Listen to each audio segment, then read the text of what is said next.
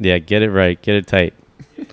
Get it right. Get it tight. Gotta look good for the people, you know what I'm saying? You know what I'm saying? My mama told me, let me see. My mama told me two things. She said, showbiz is still biz, and if you got it, flaunt it, baby.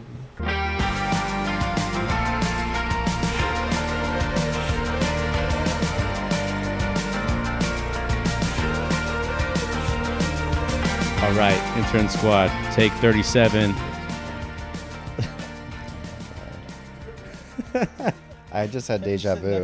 Like Why? this, dog. Dude, you have... I should have known. I should have had a photo of what you were wearing, so I knew I could. Wait, I feel like I'm wearing the same thing. You guys are kind of matching. We kind of got the same palette going on here. Oh shit! I hope this works with our thing. All right, well here we are. With Yeah. what? With our color scheme. Wait, let's see. Here we are, as the Kings would say, and we're back. And we're back. No, but for real, we're doing this. It's nobody big. Wow, hold on. Is this thing on? This is the first episode. We're gonna test this bitch out. And Can we we're cuss? and we're back. And we're Season back. 1, Episode 1. Nah, for real. Here we go. We're gonna try this. It's finally the Nobody Gets It podcast. We've been talking about this for like 3 years. I think we've tried 2 different times in the last 3 years. I know we've sat in that garage and tried it once.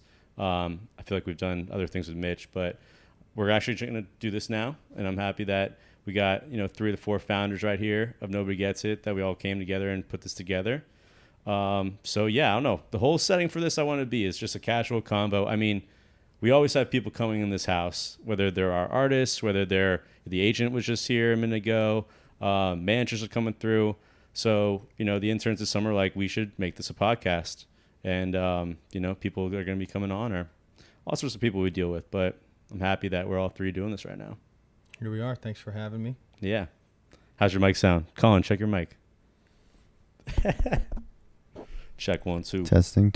So Okay. where do you want to start? What do we want to talk about? I think what we want to get across is, why we started Nobody Gets It. We'll be talking about in this episode. Nobody knows. Nobody knows. Because nobody gets Trying it. to figure that out. We're still trying to figure it out, but I think it's like why we even started this, how we started this. I think it all, like the first episode here we're doing in the Dojo house, the house that we got like 3 or 4 years ago to serve as, production services, to do things in this house. And it really just evolved into a record label. We started 3 years ago in the midst of COVID. It all kind of started off like, Wade, you were just kind of came in one day. And I think we'll touch on how long we've never left. I'm staying here tonight, by the way. Figured it's Thursday night. No, it's interesting you say that because I do think that one huge takeaway, I've thought about it a lot, is the space. Truly. Yeah. For really everything that's come, I think the environment in life is so important, and it's like such a fundamental thing that people don't think about. In a lot of corporate companies and shit, you go into these cubicles and they spend so much money trying to design their space for it to promote. And I think that if, aside from all of the other things that were a part of us putting this together, I think the base of it all and the start of it all is the credit is due to the space that you guys, kind of put together or made come about here. I think that's like where it starts. Well, yeah. That's all Danny. Well, yeah. I mean, we came in here, we had an office before this. We got this house for the purpose of, shooting and, having events here and just making things that, me and you calling our producers. And a lot of time we have to stretch the dollar. And this space we're like, okay, like people can, be versatile in a house to shoot in. So, but going back to, we can kind of touch on that, but I think Wade, you moved out here. Why we even had the space was because of where you first landed in a management company that was a record label. Because you can speak to this, they didn't have an office. They just had a big house. Everyone worked out of it, and that's what I wanted us to have later on once we saw them. Like, what year was that? 2014. 15, yeah, 14, Yeah. 15, Yeah. Yeah, I mean, I don't know if it was ever I think it became a conscious decision at some point. I think we were conscious of the fact that we wanted to exist and build our company out of a home. Yeah. But I also think it was kind of financial too, and we can underwrite some of these costs by people living here and paying rent or whatever. But it hit a point where we talked at Third Brain about moving into an office space. And I was it's, it was not for me. Yeah. And I think about it all the time. I'm like, this company gets huge. Like, are we going to ever move into an office space? And there's a part of my brain that's like, please God, no, like never. Right. But are we going to work out of a home forever? I don't know. Right. Like maybe there's a world where we build something that feels like a little bit of both. I think it always comes down to, and I think what this space was, and it's nice to hear that I had some sort of influence or inspiration, my situation, into this. But the reason I started coming here and showing up, because you had been here, Flynn had been here, and you guys had been in LA. We would talk here and there, but we would never I would come by the other spot. But during COVID, when I was attempting to run my own management company by myself, I was just working at home alone all day, and it was miserable. And that was when you were like, well, you can come over to our crib and work just to be around people. Yeah.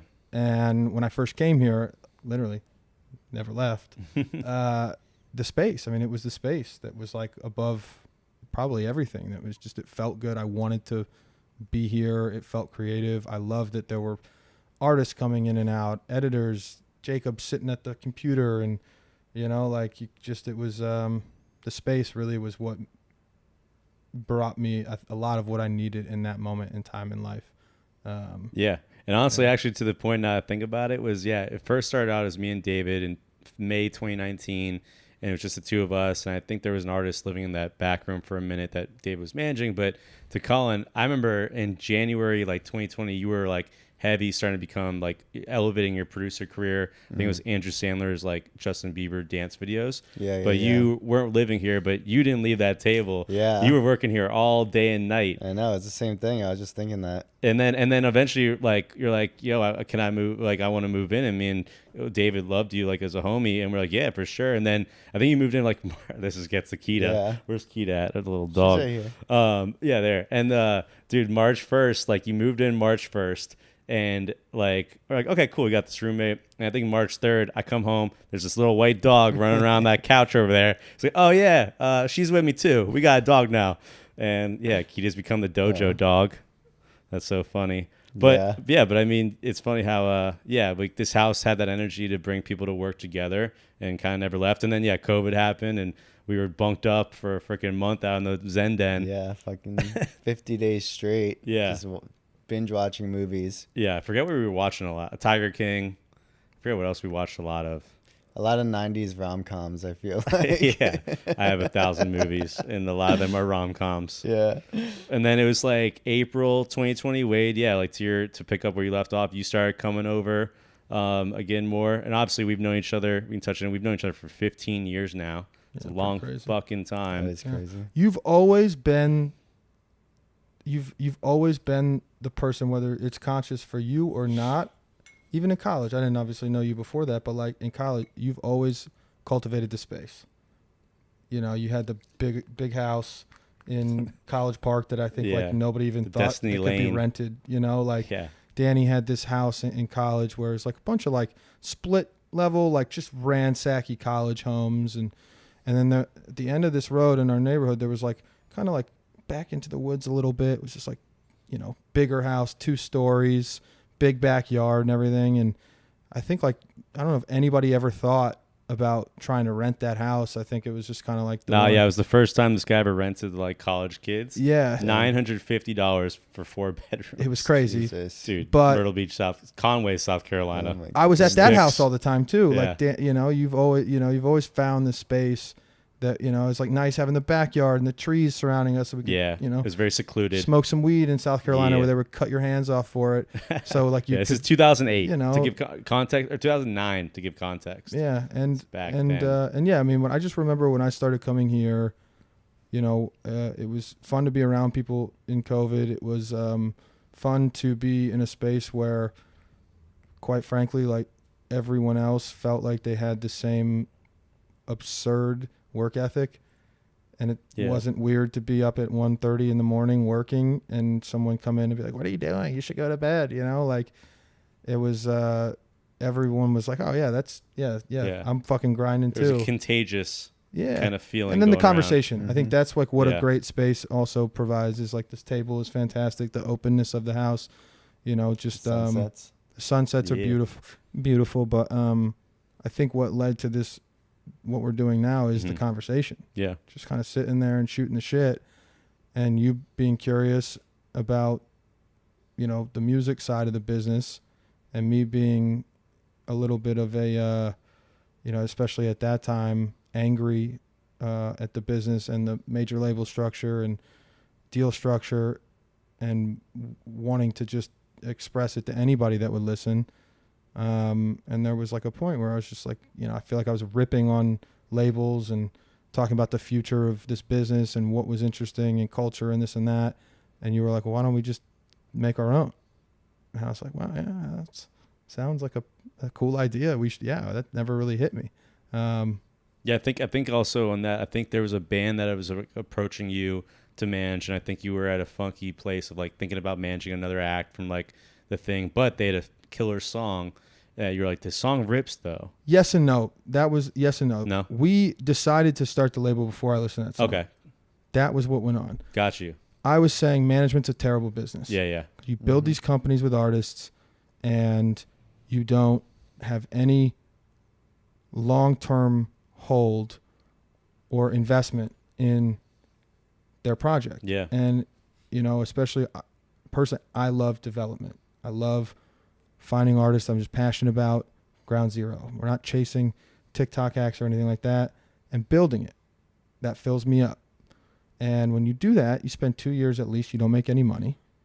Third, fourth year, but eventually when it does pop, 5, 6 years down the line, and that's fast. As a manager, you could get cut out at any point. You got a little bit of a sunset, and then somebody else is just eating on all your shit. That's cool when you're 20, 21.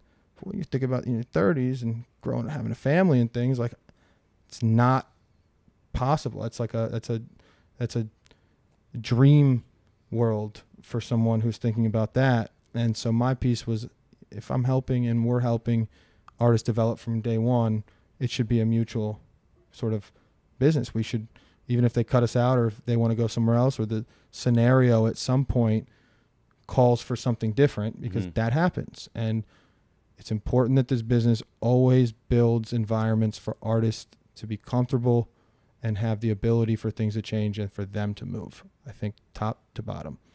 And but if you work on songs with them, you should eat off those songs down the line. Yeah. And I was coming from a place, exactly what you said, to tailor off that, and I know Collin can probably come off this too, is like we spent a lot of time on their visuals, on their music video stuff, on their cover arts, and like for a lot of time for not what the value's worth for the time we put in, the revisions, all that shit, right?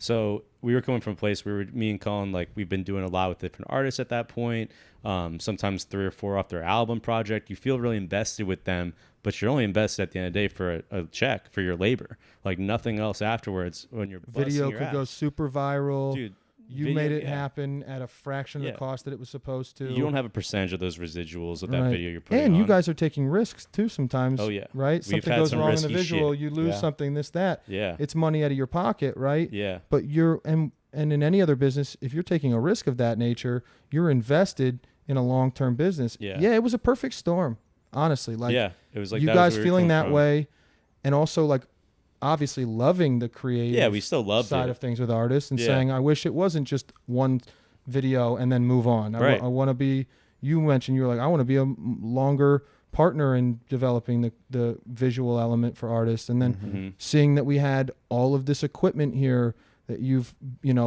found a way to, put together the production company or whatever, that the space was here, it all kind of collided. And it was like, oh, wait, we have everything needed to do this right here. Yeah, we have all the tools, the resources. Everything. Like at that point, I had like a decade of working with different companies with creative and content. You had a decade under your belt with management. Flynn was in there too, who who isn't here today with us, but he, we'll do another episode with Flynn. But yeah, he had a decade working with so many marketing companies, and then Collin was just obviously just grinding all over the place, hustling, and we all just sat here together. Though we had years under our belts, all 4 of us, and we're like, damn, we really can cover all the areas. Yeah. If only it was that easy. If only it's that easy. Yeah. No, I mean, but anything takes time. I mean, just like we want to put on the hoodies, give it time. I think, yeah, I mean, we all knew this. Anything that you're going to do, like for anyone that's listening, they can take what they get from Nobody Gets It. Hopefully somebody gets it. But what you can get is these things take time. And it's going to take at least 2 to 3 years to get anything you really want to start being passionate about to do. Production company, merch companies, this record label, management. Yeah.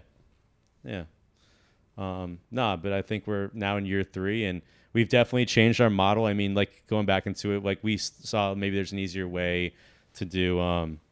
Who's calling? Oh no, someone's at the door. Oh, that's my Postmates. Classic. If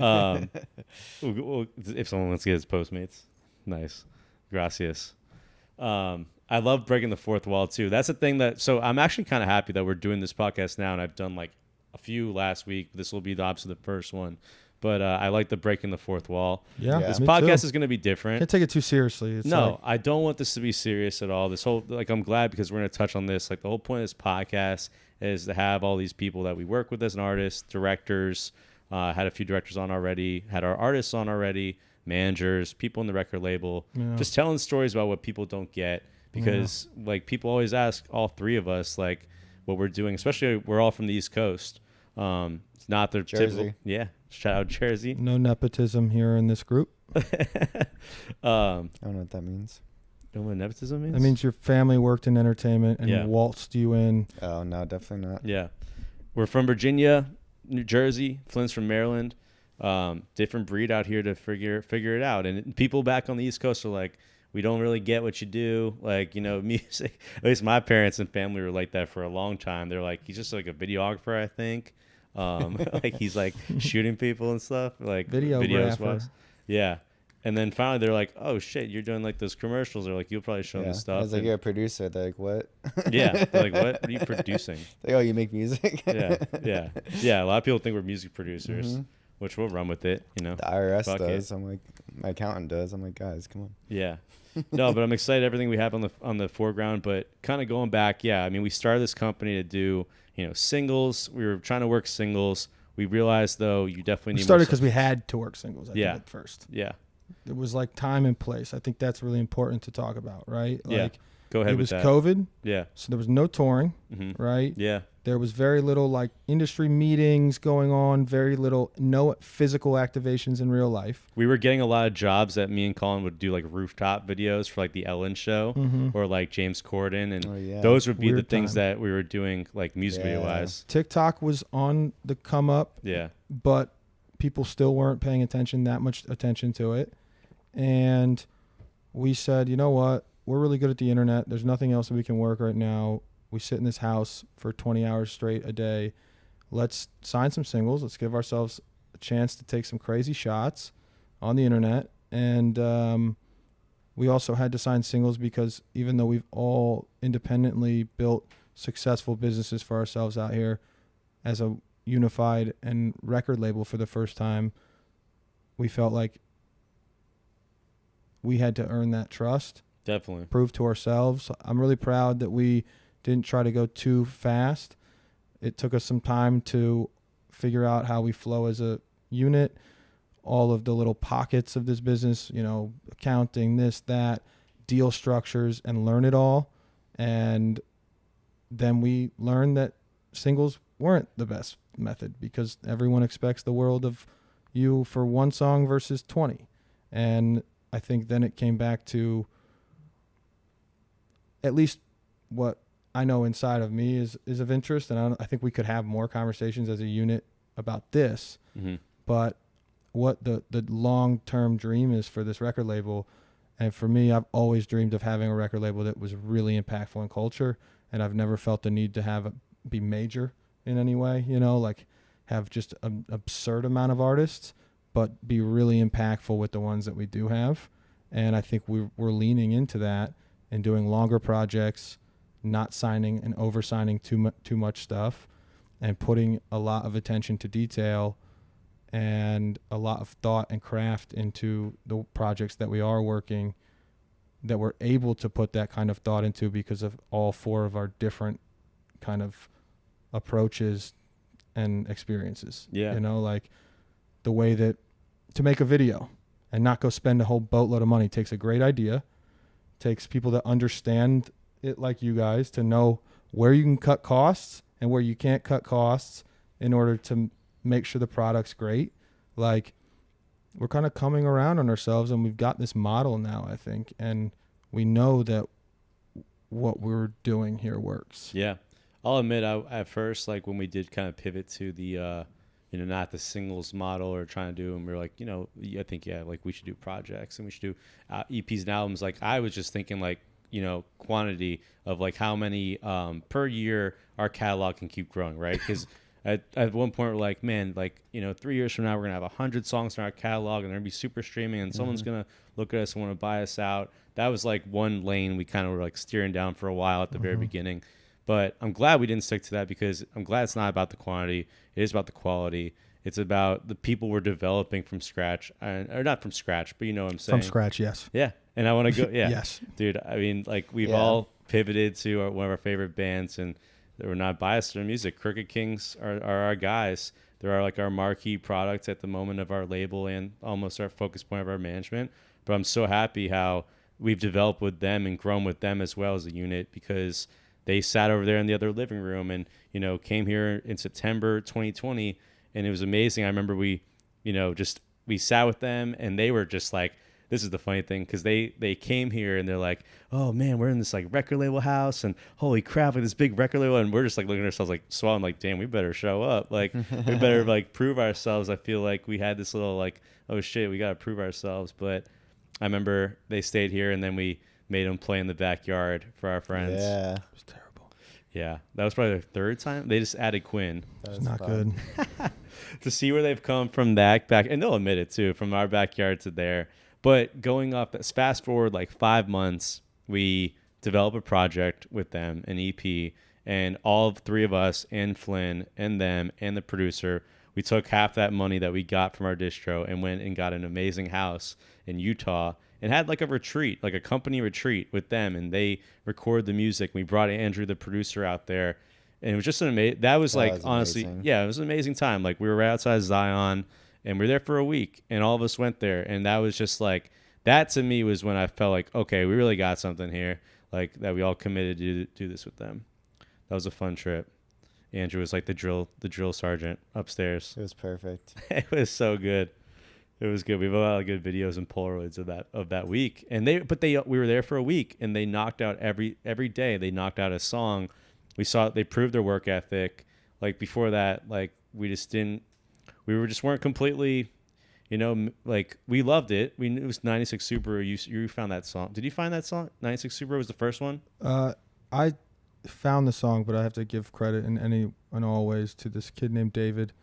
David, if you end up watching this, hello. I know you're in LA now. I was working as a consultant for another artist manager, a woman named Talia Elitzer at God Mode. She's fantastic. One of the best managers, one of the best companies in this business. And David was also working as a consultant for her. So we met through that.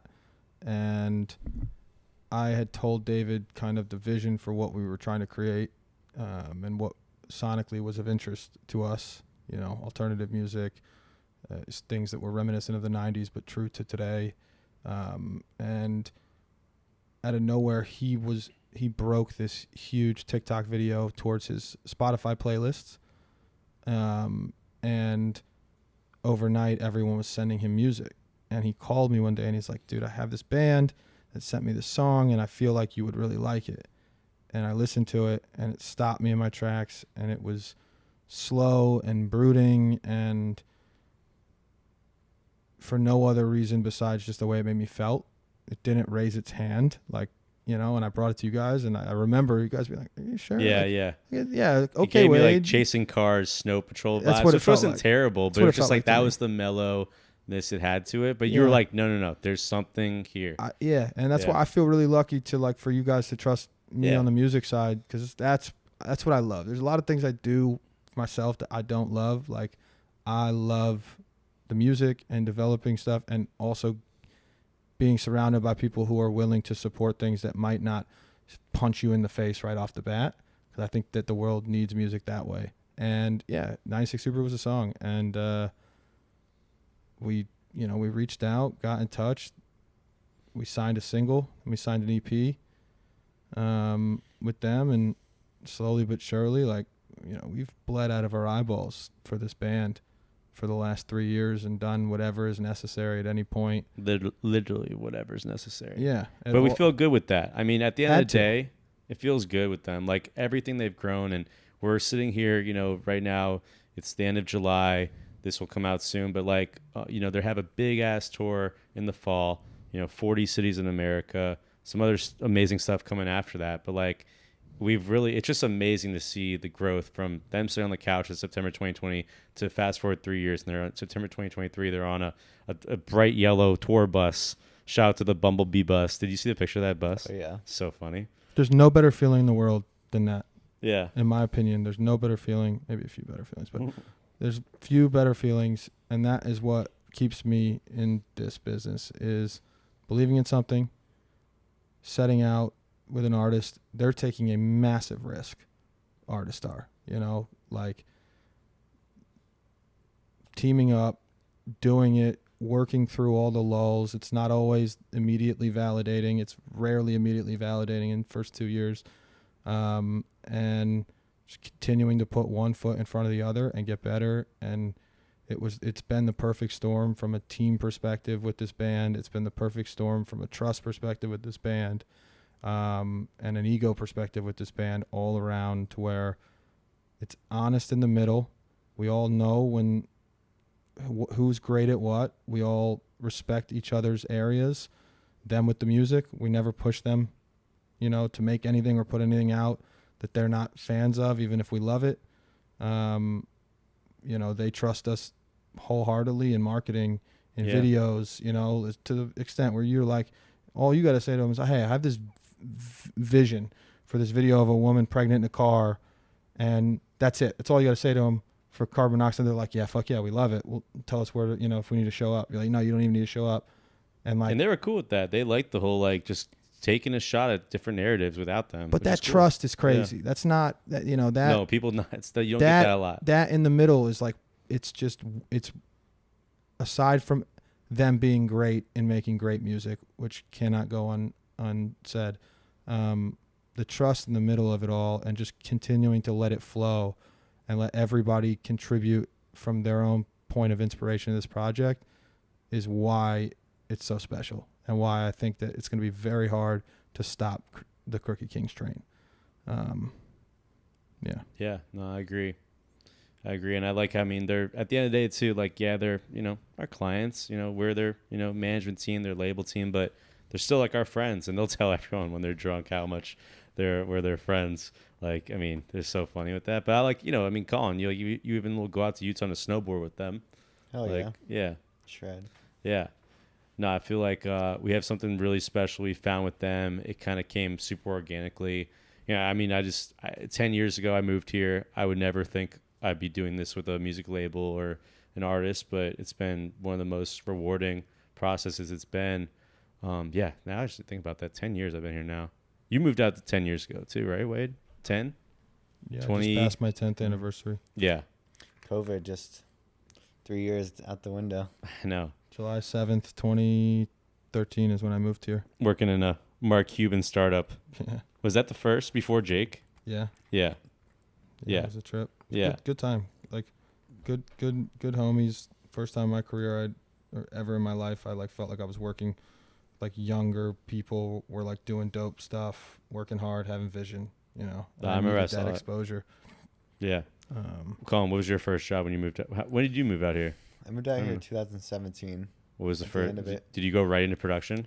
No, I worked at I did weddings. Weddings? I was a wait staff doing weddings. Oh, I first moved out here when I was 19 originally. Shit. For like 6 months, wasn't ready for it. Moved back, and then moved back out here when I was what was that? 23, I think, or 22. I think 22. And then I had a contact from when I was 19 out here, and hit up that company and was wait staffing. But initially I moved out here for like this PA gig on like this like NBC Snapchat series thing. and it ended up just being like a 1-day shoot. And then I was like, oh shit. Yeah. Yeah. And Snapchat then, heydays probably. Yeah, and then got up with like some other producers that I met from a workshop out in New York, and that's kind of how I got into production full time. Yeah, I feel like all three of us, honestly, what you just said, and I know your story, and even what mine is, it's like we all, whoever's listening, whatever you're gonna do, it's like you take the jump by reaching out to your network or just seeing that first availability like option and just throwing in your fire. A lot of these podcast episodes I've done, a lot of the common theme is like to people that are watching, like the only way you're gonna learn is just being thrown in the fire. A lot with our production stuff. I mean, I know Wade, like you took the chance at like.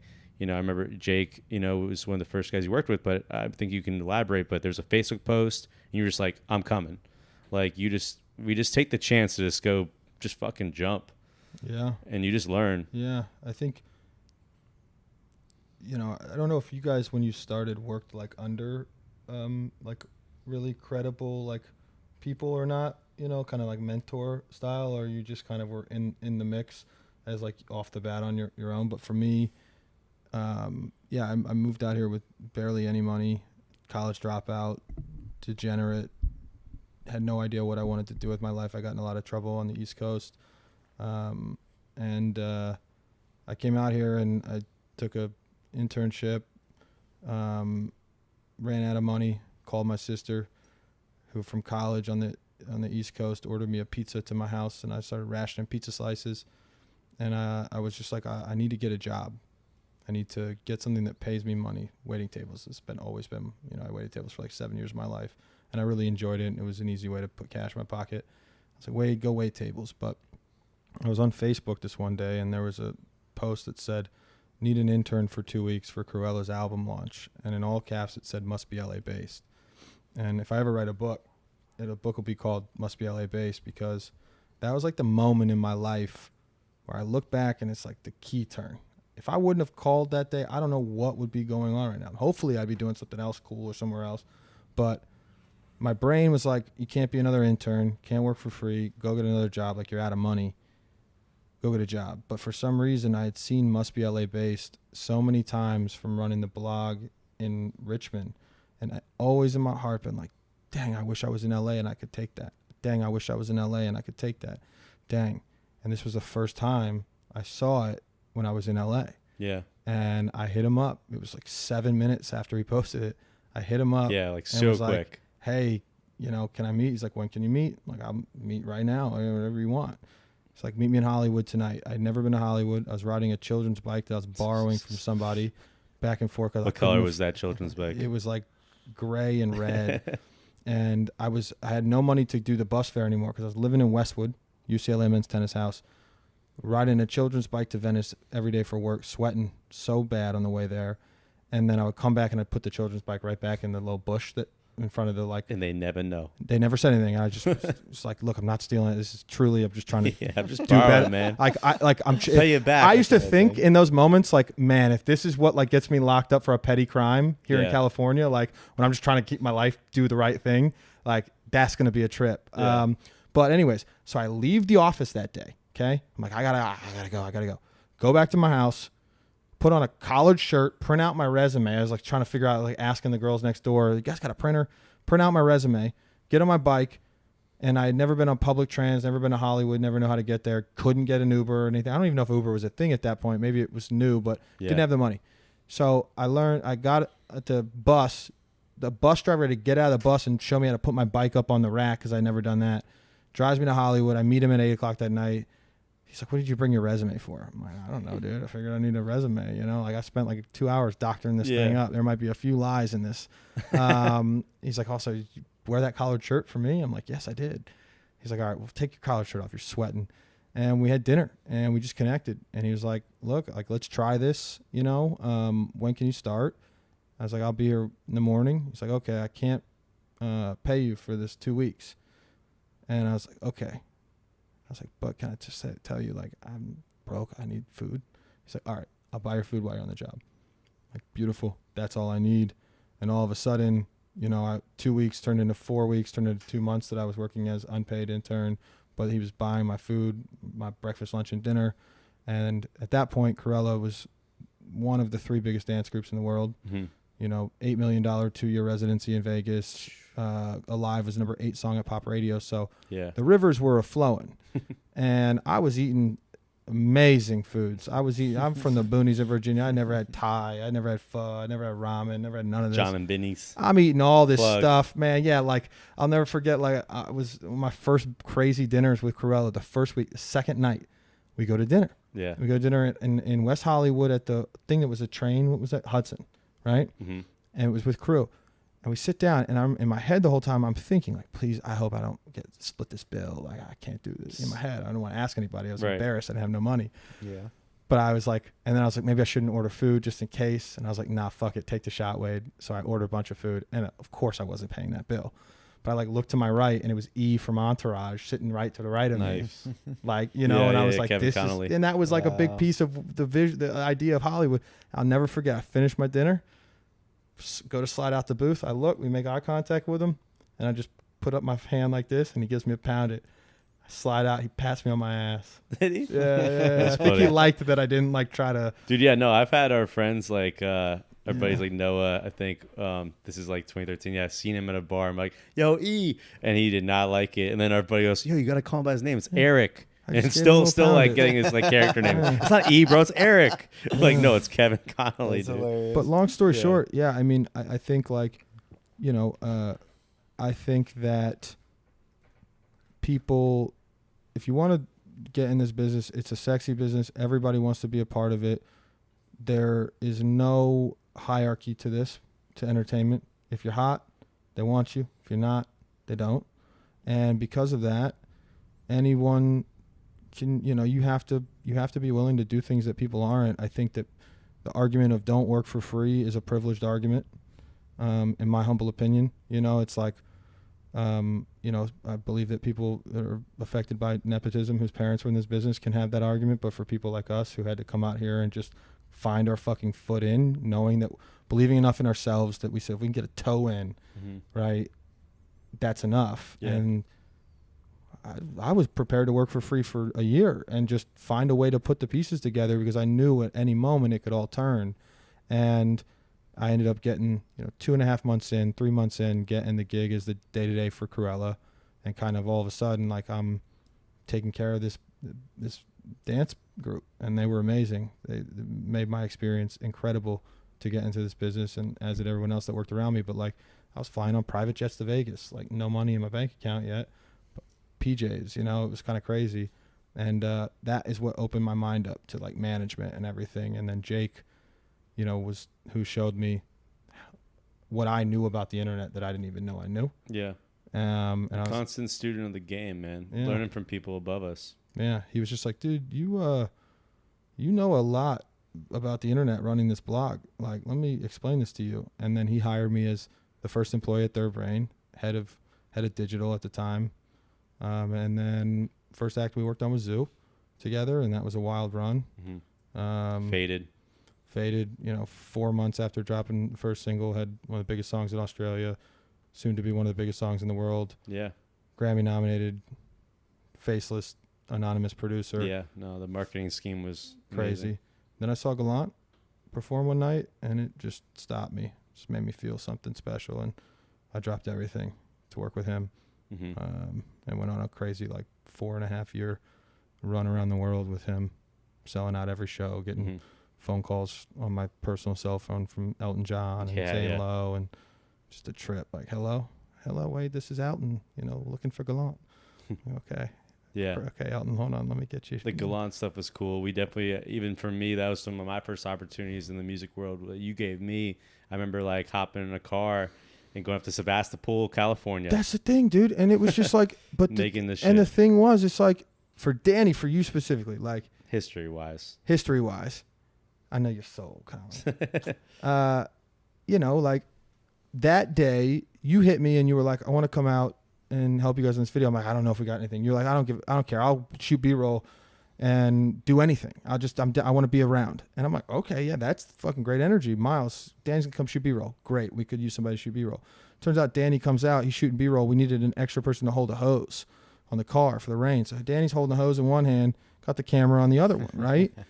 Right? Like, and just being a G. And like, it was I don't know what we would have done without it. And that day, at least specifically that day, you met Rory that day, right? I think so. Yeah. Definitely My friend met him through you guys. My and friend obviously Rory everyone knows Rory came by at the end that day. Rory was a B cam op for miles. 100%. That's how far back and how close, like the Rory that we all grew up with as a videographer, we can touch into. But like, that's the thing too. Like, man, this whole third brand that we're kind of touching on here with Miles and Jake and the Zoo and Corella, like this started a lot of people's careers. You Yeah, involved. it was wild. Like, yeah, It was Rory was a wild. B cam op for Miles on a video. But then I'll never Yeah. forget, like a week later, you FaceTime me, Yeah. and I answer the FaceTime, and it's you and Rory hanging, right? Yeah. No virtue of me, not me Yeah. being like, yo, you guys should hang.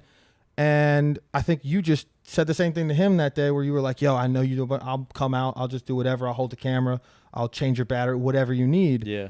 And we're proactive. You've always been probably not here without it. And I think that's the sauce. Like, just how can you be of service? How can you help people? How can you provide good energy in doing that? And I promise anyone listening to this, at some point, if you do that, something will click and someone will hold on to you. I've said a few times, sometimes the best ability is availability. Yeah. And being like just available and being at, right place, right time, you on the Facebook message, like just It's a numbers game, though. Yeah, definitely. It's definitely a numbers game. Just like, your common sales job, like whatever it is. But yeah, availability, being available, being at the right place, right time, saying yes to things that even if like, man, this might be overworking myself or over, getting ahead of myself, but I think you just swallow that and just like get through it. And like, the only way you're going to learn is just by doing it and learning from people above you or your, mentors or role models in that situation.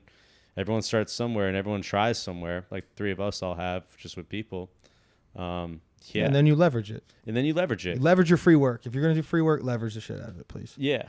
No, for sure. I mean, like, there's just people see that and like, it can, yeah, they trust you more. And yeah, we were in Sebastopol doing a second one. Like, it was like me, you, Gallant, Miles, and like Chris Argetta driving around my car. Mud. You're trudging through the mud, making That was a video. another one, yeah. Yeah, and that was like February 2016. But I think it also is a testament that like we love what we do. Like, I still love creating. You love managing artists. You love creating. Like, you're even saying like, we might have a camera package this weekend. Like, what should we create? Like, it's just like we never lose that kind of bone where we don't want to, keep creating. Like, why we did this, why we came out here. We try. Sometimes you forget about it, and we like sit at the table over there and we're like hitting our heads against it. But I don't know. We remember that like, while we're doing this, you love development, we love production. Yeah, I mean, I think that's at the core. We're all artists. We are. We do are. the other shit that we don't have to do. Yeah. That we don't want to do. All the other stressful things, the financing, the putting the monies together to keep this an independent business and keep One thing I love that what we've done though is like over the last 3 years, we've always brought in some people and they've strengthened us. Like when it's kind of us four, like with David included, sometimes it's like a little discombobulated, but when we have, our first person we brought in, Mayor, and like we can touch on Mayor, we love Mayor, but like and this kind of goes to what Jake, like when you showed up in a collared shirt, like I kind of felt that. Like we obviously had interns this summer, we had 9, we can touch on that too. Amazing, they've been helpful. But when me and Jesse were interviewing them, Jesse sitting over here, our dude, when they were wearing a collared shirt, like go change. We don't want to see you in a collared shirt. We want to see you in how you are. We want to see how you're gonna be. And not every business is that way. No, though. not every business. That's why we're different. But this is, I'm going to Mayor's thing. When we put out an ad or whatever it is, she had the most brilliant like applications she sent to you. She sent something in a way that was like, me without you, you without me, us together. And it was using our logo in the background over there, our Nobody Gets It logo.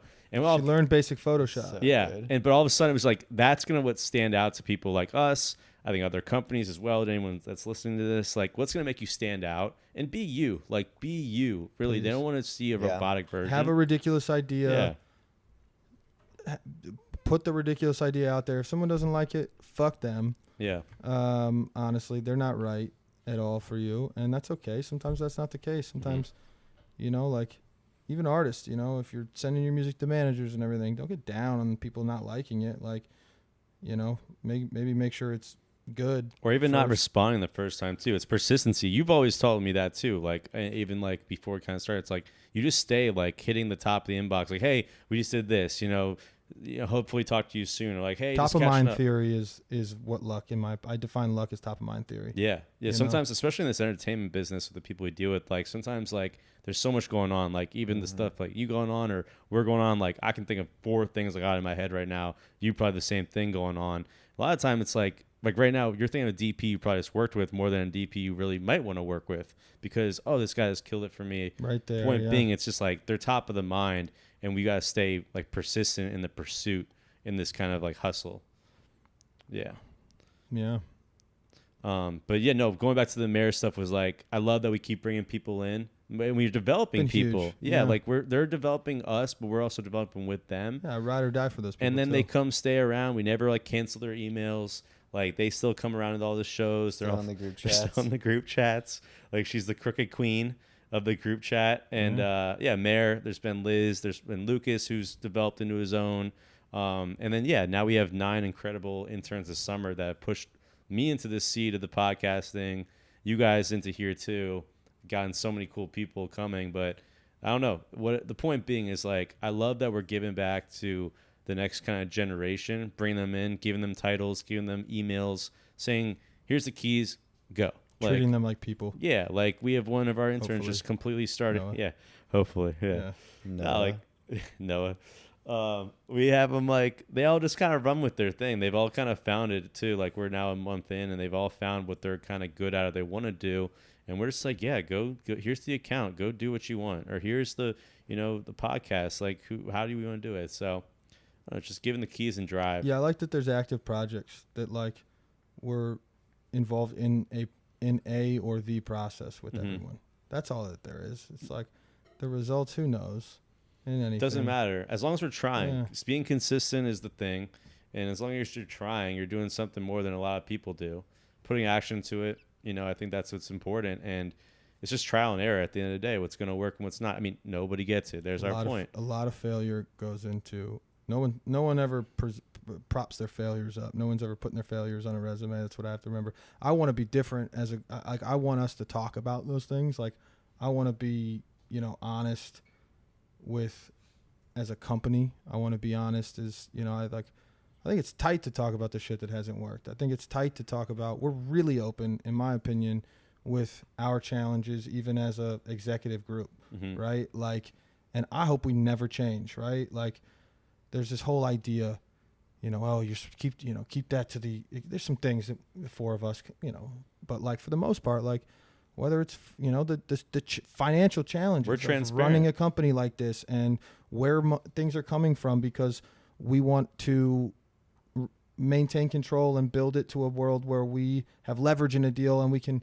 protect the artist that we sign or whatever the case might be. Like these things are difficult. Like we lose sleep. We sometimes in the 24th hour get what we need floating across to get us into the next day. Like that is, but on the outside, all our friends look at what we do and they're like, they must be, all my friends, Wade must be jet setting around the world. I'm like, guys, you have no idea. We're getting by and doing exactly what we need to do. And we're doing things at a high level, but like, it's going to take a minute for this to get to where we want it to go. And I think that's the other piece too, is just like, if you're building something, it is going to be difficult. And this is a vain business. Entertainment is very vain, and people show you what looks good. I will say most of those people that are showing you what looks good are probably struggling considerably with something or a lot of things in the interim, especially in trying to break artists, because it is a very volatile business. There is no guarantee to this. You could be hot one moment and then never again, Or it kind of resurfaces 10, 15 years from now. And I think that was the enticing thing to me, was like, yeah, like we are invested in these projects for a pretty long period of time. This stuff could possibly pop off at, anytime 10, 15 years from now. You just never know. Nobody gets the marketing strategies, how the audiences can go. But we felt like, I don't know, I felt good of like how we can invest in these projects and where they can go. I mean, even one of our first singles we signed, back 2020 when we kind of curated all this. We did a big sync job recently for it, and paid off from that way. And that was cool because, I think that's something we test, and we really mean it. Like, we won't ever stop working your guys' songs. Like, we really mean it to the people we've signed. We won't stop thinking about it. We have our interns to this day still making videos for one of these things might jump. We worked with artists that, And also, if it props up, Weirdo tomorrow, have a moment, guess what? We're going to all sit down and say, how much more are we investing in the song? Yeah. Like, not how much money will we make from this? Like, Yeah. can we double it up? Because I think the way that we look at it is not, let's how much money can we take from this? It's like, well, one, is their career going to be better if we work the shit out of the song that they gave us the rights to? Yeah. 100%. And in my heart and in our heart, that means a lot. But two, early in our company right now, the bigger the songs that we have, the better we look and the sexier we are in order to court other things. Mm-hmm. And that's what we need. And those are the decisions that we're making right now. We're making decisions on, hey, when an artist looks at our company as a choice amongst everyone else, right? What separates us from what that is? And I think that is where we are currently, right? Proof of concept is there. Now we're in a world where people can look at Nobody Gets It, and we've got these things. All of us building independent, successful businesses on our own, and we built a label, and here's the band that has stuck with us for a long time, mm-hmm. and it's really working. Yes, boom, bada bam, right? Now it's about how do we separate from other companies that are at that level, and what can we do differently? And I think we're finding our way in what that is, in deal structures, whatever you will.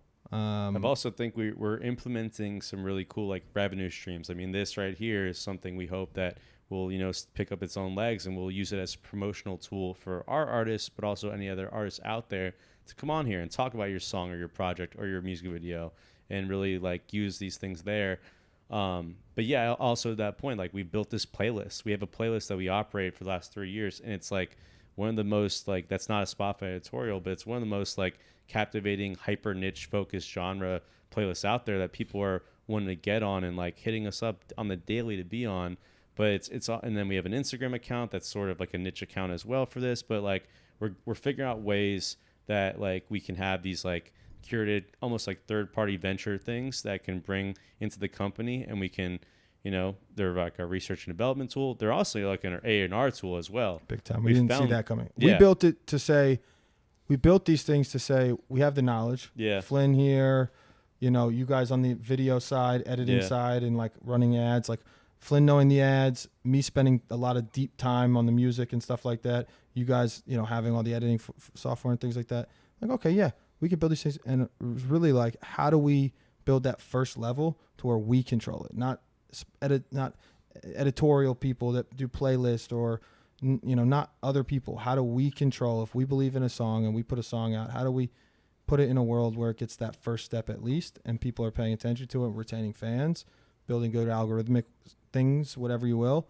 And that world continues to change constantly. And I do love that we're continuing to develop new ways to try to be front and center in what that is. And I think it's really valuable for artists if it's in our control. Yeah, and I think everything that we bring to the table, what we're all good at, what we've developed in, like, for instance, I had a commissioner over here probably like 2-3 months ago, someone I work with on the video side. He's like, I want to come over and talk. What's going on?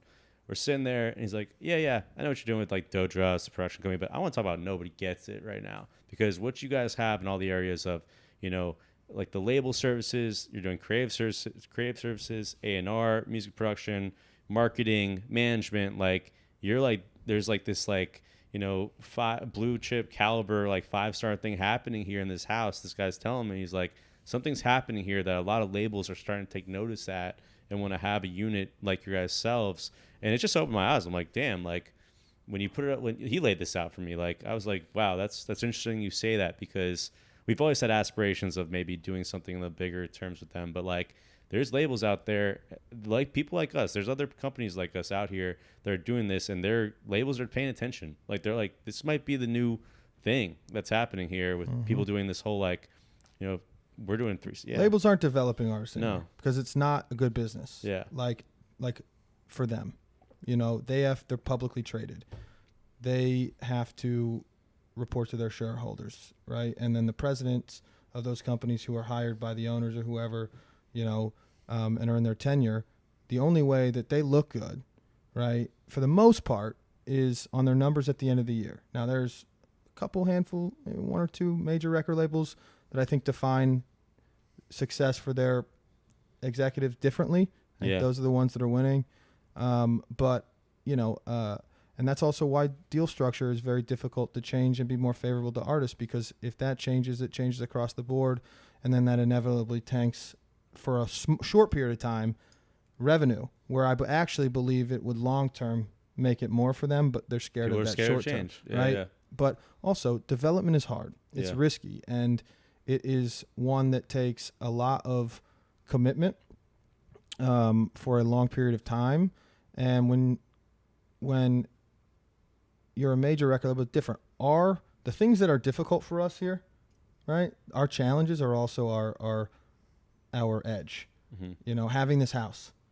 You guys be in this fucking crib, having to figure out in certain fucking months how to get the money across the board to help keep this crib up when you either, whatever the case might be, right? Like I'm aware of that. I'm not deep in it, but like I know this is not a cheap environment for us to be in, right? For two guys to live in as well, but we've maintained it.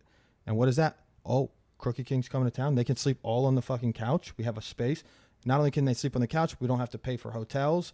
And now we can all be around each other and build our relationship with each other and get closer and spend random deep moments into the night playing beer pong and talking about ideas, where at 2:30 in the morning, that one idea might hit, right? Like we've had nights like that. That is sauce that honestly, not even indies. I don't even think a lot of companies are able, and I don't know how long we can possess that. I don't know if we'll be doing that when we're 50 years old, right? Like my girlfriend, at some point, wife might not be okay with that, but like, that in itself is so special, and that in itself is, I think, what we have to offer and why we are becoming and will become one of the best developmental teams in this business.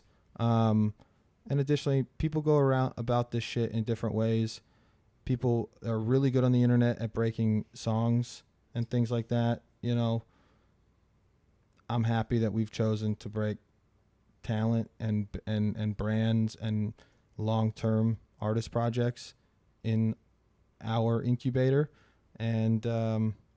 Yeah, I'm happy I came around, because I wasn't. But I didn't expect you to. That's the thing too. That's why the shit is good. That's why we have difficult conversations. Yeah, like Collin being the ultimate mediator of all, of all people. Yeah, like Collin runs the show. It's like the silent contracts, and legal silent sauce. Yeah, Like you're zen. That's why I love seeing you come back even more zen. I'm like, more zen he is, the more zen the whole fucking thing is, right? It is, but like, of course, right? Because one, you're the kind of dude that when you put your mind to something, you barrel down on it, right? Like, and you're really fucking good at making it happen. And when I painted the picture of singles and what that could mean, snapped in your head, okay. And you funded a lot of it too. So you were coming from two places. One, barreling down at that, setting the team, and two, funding it as well in a lot of ways. So you were having to look at it too from like, okay, is this shift going to change, right? What's that going to look like? I got to look at like where we are. I mean, we've had even like Testament, one of our pledge brothers, helped us in the beginning. And it goes back to people that see what we're doing. They believe in what we're doing. And he helped us out and got us going. And I was able to pay him off. But it's good that it took a minute for us to re-steer the ship. It's cool that I was able to kind of have this vision and see it from a good place and being like, no, this is a good thing that we have to steer it this way. Like, we've done a really good job at this. And also seeing all the stress that comes along with doing a single with someone. And people that we do singles with are the most annoying people sometimes to work with. Yeah. And not in a rude way, just in a way of they want all of it. They want reports. They want all this, all that.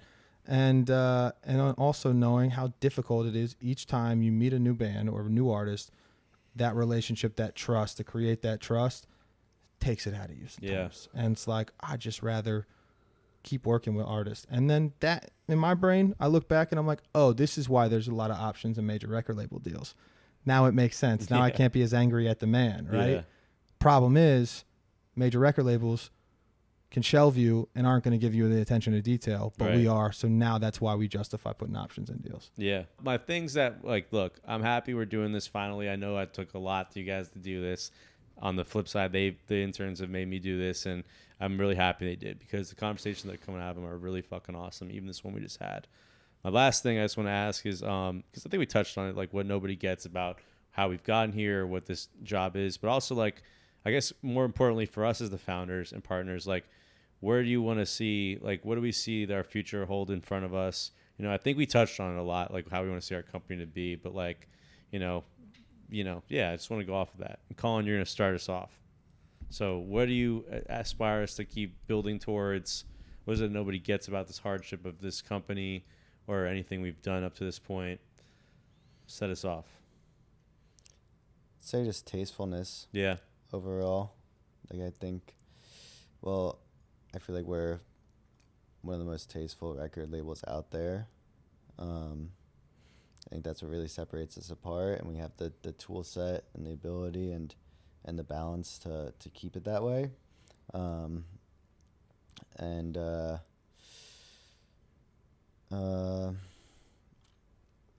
Yeah, I say keep it indie. Definitely long-term projects.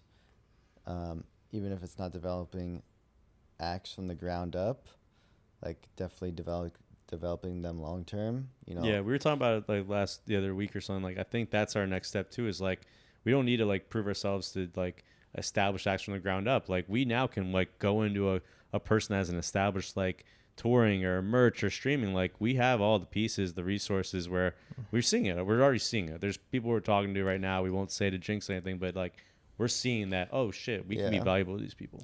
Yeah. And with that, it's like, it's always putting the art first. It's not like always just, it's not about dollar signs. It's about really like, enjoying the process, making sure the artist is enjoying the process. Like, I'd rather work on something where I'm enjoying the fuck out of it than like not enjoying it and making whatever 6 figures, Yeah. And I think that's really like the energy that I want to keep. Yeah. What about you, Wade? I think a lot about this every single day. So I have a pretty clear list of answers here. I'm prepared for this question. Do it. The first one is I want, nobody gets it, to 15, 20 years, you look back and say that we influenced a really important moment in time of counterculture with the bands that we put out into the world. That they were, whether it is personally for the people that are listening to this music, or even socio-politically, if shit gets that crazy, like, I want to impact something with not one band, not 2 bands, the entire, a perfect example is like, you look at, it's romanticized now, but you look back at, like Sub Pop Records that was signing a bunch of the stuff in Seattle. Mm-hmm. Ended up getting a lot of stuff taken from them by the majors when that world got big. We're not going to let that happen, but I want that for sure. I want us to be feverishly proactive about improving our deal structures to make them more fair for artists, but also representing the work that we put in. I want to be feverishly proactive about throwing every industry standard out the window and looking at things differently, like the way that we look at our artist accounts, right? Yeah. And look them every day. Yeah, but like the way that we look at our artist accounts, where we're not, if billing for ridiculous this or that, it's like, hey, artist account is here, and if there are some things that the artist can't pay for 2 months, we're not going to bill that and then make that recoupable. Like, float it out of the artist account. They'll pay us back. We know it's on the books, and just keep the train moving. I think that's a fantastic way to look at things, and we spend as much money as we can in marketing and making the great music. And then, 3, I really look forward to the day where all of us are doing this full time, if that's what we choose. I think the 4 of us are probably a little too ADD to only do this. I think we'll all always have our own projects. You guys will probably produce and direct films and stuff like that later in life. I hope we always do that too. And then 4, I want to be an incubator for young executive talent. And that means a lot, and to me, and obviously it means a lot to you guys in putting this internship program together and the hires that we make. I hope all of these people learn something. I hope that in 20 years, people are there's hundreds of people at different companies being like, yeah, I got my start at Nobody Gets It. Yeah. That would be tight. It's going to happen. That would be tight. And I think to finish it all up is just to stay humble and keep the fucking train on the road and make sure that everybody who was a naysayer and or a hater knows that we are coming with a vengeance. We're going to do it our own way. We're going to put one foot in front of the other, and it's going to be slow and steady wins the race. But I promise you, when we look back, come find us, because we are going to fucking work everybody. Yeah. And it will happen. And the only reason I can say that, I'm not arrogant. Everybody in this room knows we just put more work in. Yeah. We just work harder. We do. I don't know what else. That's it. That's all we have. I'm not special. We're not special. We have a lot of the tools in front of us, but we just work really hard. And when I look at a band like the Krooked Kings, that we've, I've got other acts that I manage, but that's the one that has been a team effort. The label, we manage them together. We do everything together. Mm-hmm. We have put so much work in. And I told people from day one, the Krooked Kings are going to be huge. People said, you can't say that. You can't say that. You don't know. And I'm like, I do know, because we're not going to stop until it's the case. And we're going to keep doing that. And so if you're listening to this and you're in the business, work with us early. Don't call us when the shit is hot unless the money is there. Work with us early. Our most valuable partnerships are the people that show up when they just believe in something, and we will be loyal to you. And if you don't want to, that's okay too. But when the shit pops, don't forget that we said I told you so. I was just going to leave it. I told you so season. And I'm a nobody, you're a nobody, we're all nobodies. And that's an even playing field.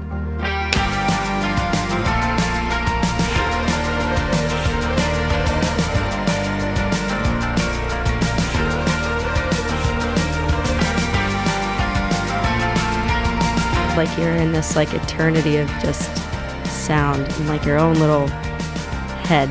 It's cool. Did you smoke today? No. Oh, okay.